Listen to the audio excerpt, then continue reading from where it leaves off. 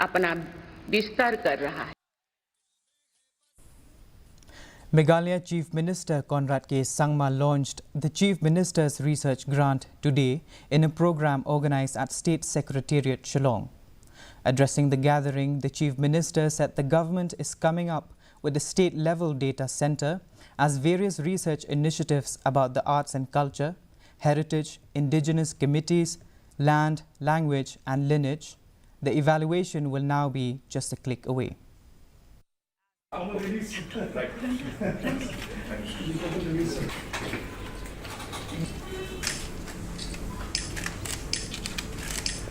The idea is to really bring up an intellectual, kind of a setup out here where we have all different ideas coming together and making everybody a part of what we were, our history, our culture, which is what really holds us and gives that foundation of and the identity of who we are, which should be documented, and we work further towards the future in terms of the different programs, economics, different government schemes, and also cultural aspect of how things are changing now in the world today. So all of these aspects will come together, I strongly feel, with this particular research program.